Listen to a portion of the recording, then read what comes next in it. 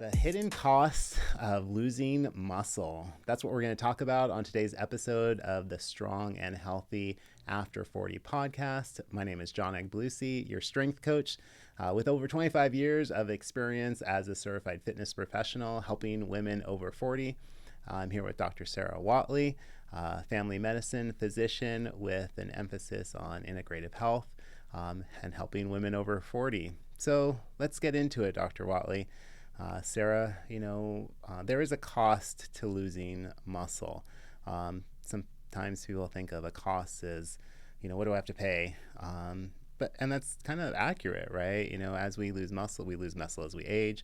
And if we're not careful, there's going to be a bill that comes due later on in life to pay for that muscle loss. So let's talk about some of that, the costs of it, and more importantly, and what our listeners really want to know, how they can prevent that payment. Right. Well, from a medical standpoint, I don't think we really understand how important muscle is for our metabolism. And it's there. Our muscles and bones are holding us up, getting us through life, but something we just don't always think about. But our muscle mass is something that's building through our younger years in life, our young years, 20s, 30s. 40s and beyond, especially for women, we're having shifts in hormones. And so physiologically, metabolically, we are changing and we are losing muscle mass. So even if our activity stays the same, we are going to lose muscle mass every year. So we have to be very intentional about keeping the muscle that we have, building more to compensate for the loss, and making sure that it's also strong muscle. What that looks like as far as the cost is that if we're losing muscle mass, our sugars are going to go up, our cholesterol is going to go up, and our bones are going to get weaker. And then it's also going to affect our brain and our memory, which is something I really don't think is talked about enough at all, that our muscle mass is directly tied to risk for Alzheimer's disease. Yeah, tell us more about that, because that's definitely a big symptom I know women over 40 have is brain fog. It's one of the number one symptoms I hear is, brain fog and probably energy are the two biggest ones, but I think they probably go hand in hand. For a lot of women, because it's exhausting when you can't remember stuff that you're supposed to remember. But why is muscle mass? Because I think this is a correlation where most women would not make. Okay, how does my muscle tissue correlate to my brain health? Really good question. I don't want to go too far down the rabbit hole into science, but I can if you want. Let's keep it simple for today. We'll go deep later. But ultimately, our bodies are not compartmentalized. So that means everything kind of works together. So women 40s and beyond, our hormones are shifting like we've talked about in other episodes, and estrogen levels are going down. That's our primary hormone. That does affect muscle, the actual cell of the muscle, and the quality of that muscle, number one. There's also receptors in our brain for estrogen, and as that goes down, that will affect our muscle tissue. So even though it's not the same cell as our skeletal muscle, it's a different type of muscle of our brain. So those two things are really important. And then the other connection is that body-brain connection. So as we're moving and we're moving those muscles, it's sending signals to the brain and vice versa in a dance, in a communication of how our body should move and thrive. When we start to lose that muscle, we're not communicating as much with the brain. We're not talking to the brain. So the brain's not as engaged. And then what happens? It starts to shut those parts of the brain down because it says, well, it's not working as well anymore. So let's shut that down and conserve energy for other areas. So that's really important to know that we need muscle, we need our brain to work, and we need those two tissues to talk to each other to optimize our health. Yeah, and I think that's a really good, simple explanation that the more we move, the more active our brain has to become, right? And as the research, I'm sure you could speak to this more than me, but obviously the research of, an active brain, a brain that is, learning new things, learning new movements is key to staving off, degenerative brain disorders, right? And that's definitely something that we've always known in the fitness community is, when you learn new movements, specifically like with strength training, it's really building these new neural pathways, right? And your brain is really stimulated in a way maybe it's not normally stimulated, which causes, an increase in overall central nervous system activity. And your brain's a big part of your central nervous system. And so, yeah, movement, brain health are so tied.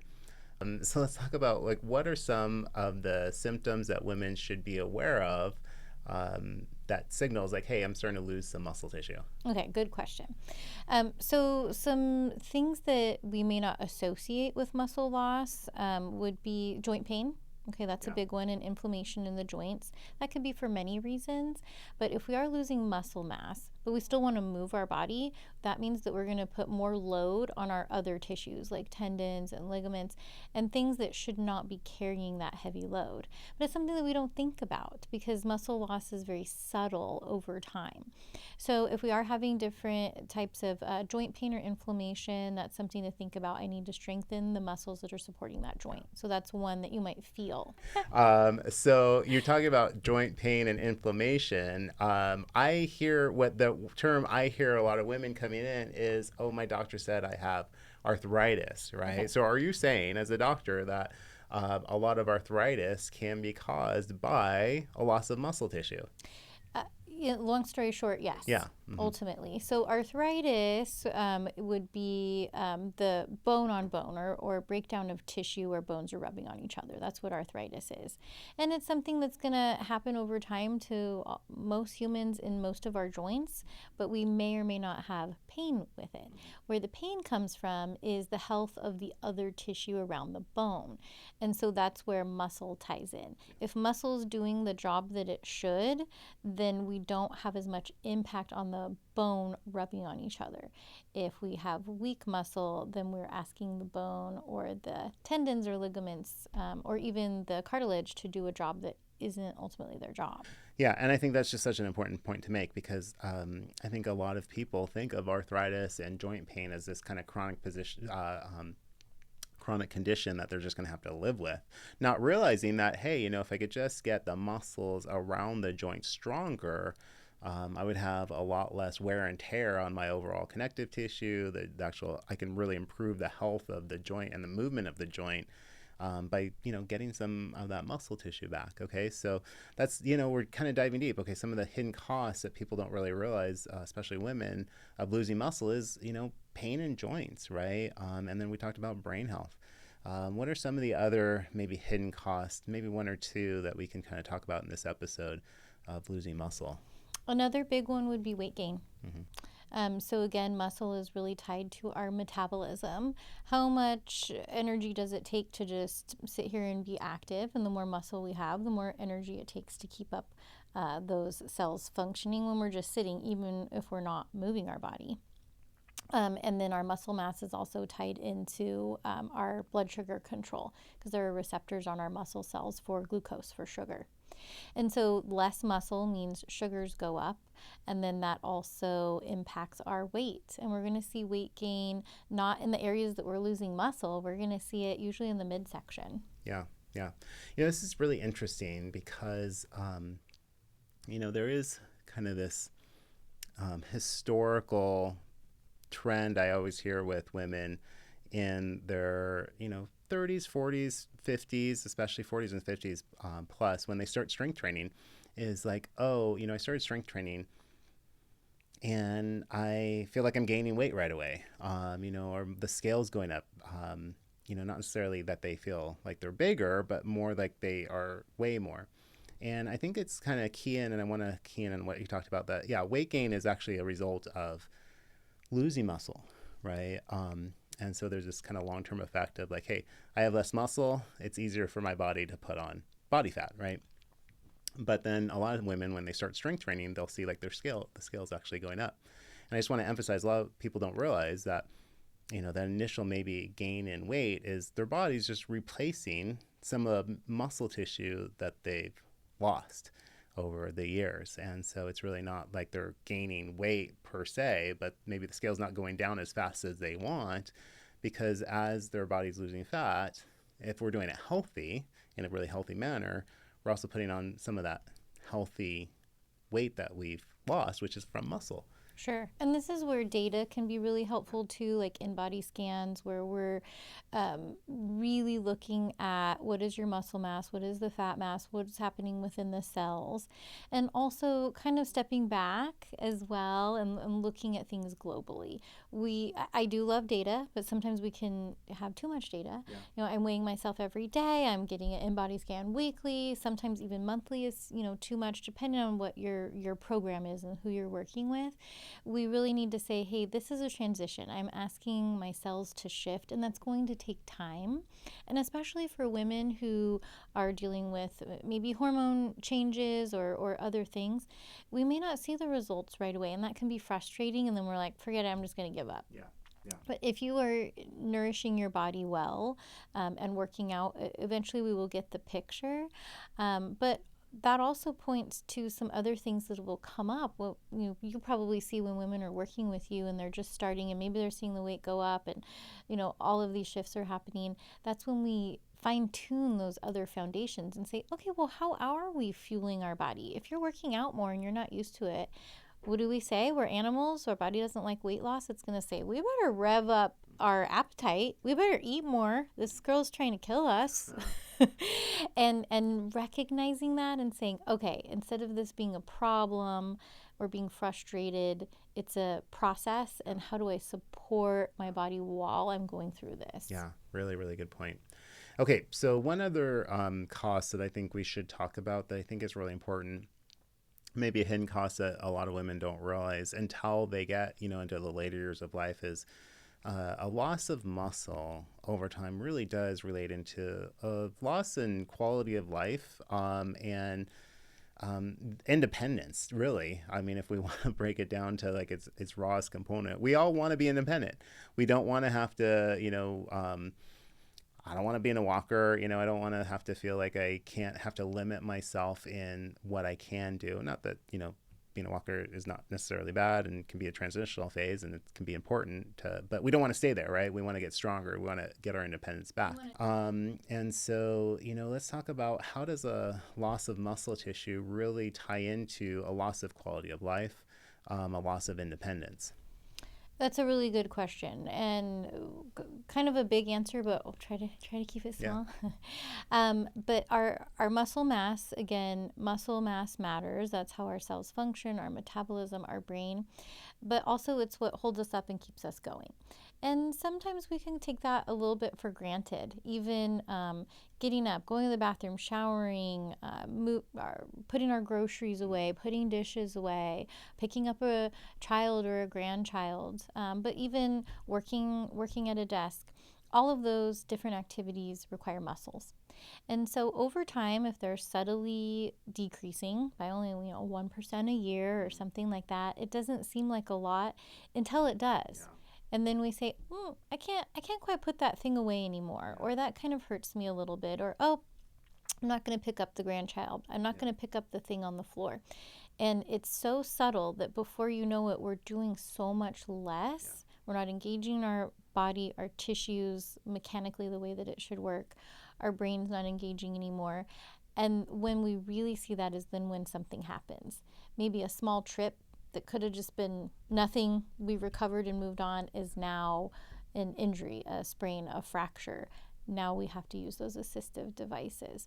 And so then it just escalates from there, because if the tissue is not healthy, then we're not only trying to recover from whatever issue's going on, but we're also then have to work on getting that tissue healthy again. So it's really compound interest in the wrong direction. Yeah, no, and that's a good point, because, you know, so many of the clients that I see, you know, as they get into later years in life, you know, they want to, you know, maybe they're retiring, they have grandkids. And so these should be the most, for a lot of them, the most active years of their lives, right? You know, they're not restrained by going to work 8 to 5. They have, you know, these young grandkids that they want to be really active and healthy with. They want to travel and take these trips that, you know, they've always dreamed about. But, you know, again, this is a hidden cost, right, of losing muscle. Is like, you know, if we're losing muscle, there's going to be a dividend to pay later in life. And sometimes that payment is, hey, without that muscle, we can't live that active lifestyle that we've been dreaming about and we've been working our whole entire lives to get to, because we don't want to hit that point and just be completely limited by just our functional ability and our functional strength. Yeah. So good point. Really good point. I'm glad we're talking about this. Obviously, there's solutions to make sure that we can stave off muscle loss and even improve our muscle mass. So we've talked about 3-step solutions for muscle before. Let's just reemphasize those. So what are 3 things that women can do to make sure that they are minimizing muscle loss as they get into their 40s and actually rebuilding maybe some lost muscle tissue? I think one that you will agree with is strength training. Yeah. Okay. So, have we said that before? If we haven't, today's the day. We better say it so no one forgets. So strength training, at least twice a week, minimum, right? Minimum. What would you say would be a great way of helping to either preserve the muscle that's there or build more muscle? Well, we've talked extensively about protein, right? And most women don't realize, I think we did an episode on protein, and most women don't realize the high need that they have for protein. And that need for protein really does increase as we get older to really help support and maintain muscle tissue. So yeah, really calculating, hey, there's lots of different ways to calculate it, but we've talked about a gram per pound of weight is really a good baseline. Or, if weight loss is a goal, some women would be like a gram per pound of goal weight, that might also be a good way to reason on it. But strength training, protein intake, you give us our last one. So we'll add something new into the mix. Oh, good. Okay. Oh, okay. Well, keep it fun. I don't know keep if I'm it ready spicy. for something new. Okay. Well, let's see if you agree.